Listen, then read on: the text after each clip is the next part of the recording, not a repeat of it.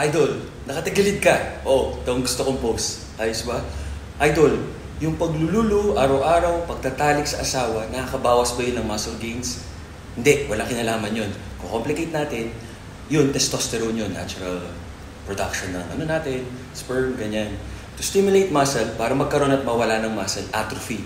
To stimulate, magkakaroon tayo ng muscle, anabolism. Working out, stimulate muscle, body weights, or may weights, calisthenics, kahit ano na may tension sa muscle, time under tension, magkakamuscle tayo. Pag hindi natin ginamit, atrophy, mawawala ang muscle.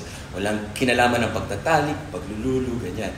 Ang may kinalaman siya, nakaka-burn ng calories. Ngayon, depende yan kung gaano tayo ka-excited, kadaming effort, yun na yun. Huwag natin i-complicate. Ngayon, kung nangungulit lang kayo o nagtutroll lang kayo, at least sinagot ko na maayos.